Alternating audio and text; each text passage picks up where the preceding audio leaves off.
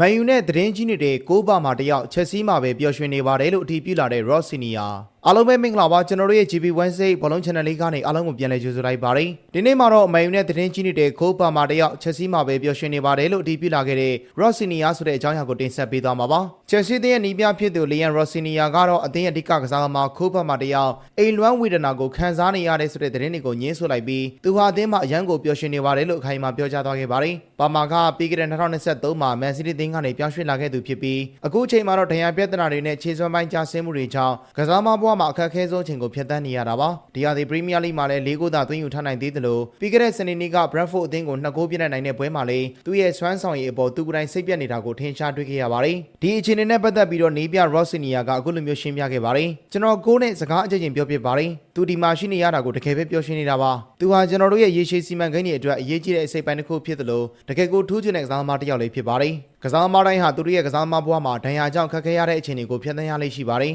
ဒါဟာသူ့ရဲ့ရေသွေးကိုထိခိုက်စေမှာမဟုတ်ပါဘူးလို့ Ross Senior ကပြောဆိုလာခဲ့ပါတယ်အရင်နီးပြ Enzo Maresca လက်ထက်မှာတော့ပါမာရဲ့ပေါင်ချန်တရားနဲ့ပတ်သက်ပြီးစေးပွဲရဲ့အကြံပေးချက်ကိုနားမထောင်ဘဲအတင်းအကျပ်ပြန်ကစားခိုင်းခဲ့တာကြောင့်အသင်းအတွင်းမှာသဘောထားကွဲလွဲမှုတွေလည်းရှိခဲ့ပါတယ်ဒါပေမဲ့နီးပြတဲ့ Ross Senior ကတော့စေးပွဲရဲ့လက်ညွှန်ချက်အတိုင်းကစားသမားတွေရဲ့ကျန်းမာရေးကိုဦးစားပေးမယ်ဆိုတဲ့ကတိနဲ့အခမ်းအနားရသူပါBrentford နဲ့ပွဲမှာသူစိတ်ပြတ်နေတာကအသင်းမှာမပြောလို့မဟုတ်ပါဘူးသူနာကျင်နေတာကြောင့်သူဖြစ်ချင်တဲ့အဆင့်တန်းမျိုးအတွက်အသင်းအတွက်မကစားပေးနိုင်လို့စိတ်ပြတ်နေတာပါကျွန်တော်တို့ကကစားသမားတွေကိုအကောင်းဆုံးစွမ်းဆောင်နိုင်မဲ့အခြေအနေရအောင်ကူညီပေးဖို့ပါပဲအဲ့ဒါကြောင့်လည်းသူ့ကိုဂရုစိုက်တဲ့အနေနဲ့နောက်ဆုံးပွဲမှာမထည့်ခဲ့တာပါကစားသမားတွေကိုအတင်းကျပ်ကွင်းနဲ့လွှတ်တာမျိုးထက်သူတို့ကျမ်းမာပြီးအကောင်းဆုံးပုံစံနဲ့နိုင်ပွဲရအောင်ကျွန်တော်လုပ်သွားမှာပါလို့ Ross Senior ကပြောဆိုလာခဲ့ပါတယ်ဒါအပြင်အသင်းတွင်းမှာကွင်းအတွင်းအောညွှန်ကြားမဲ့ခေါင်းဆောင်ကောင်းမရှိဘူးဆိုတဲ့ဝေဖန်မှုတွေကိုလည်း Ross Senior ကအခုလိုမျိုးတုံ့ပြန်ခဲ့ပါတယ်ကျွန်တော်ဘလုံးသမားဘဝတုန်းကအောညွှန်ကြားပြီးဘောလုံးလိုက်ရင်တော့ပုံနေတဲ့ခေါင်းဆောင်မျိုးတွေနဲ့ကစားခဲ့ပူပါတယ်အခုခေတ်လူငယ်တွေရဲ့ဆက်သွယ်ပုံကကျွန်တော်တို့ခေတ်နဲ့မတူတော့ပါဘူးဒါပေမဲ့ကျွန်တော်အသင်းတွေက Reece James, Enzo Fernandez, Caicedo, Chalo Bado နဲ့ Tosin တို့ဟာ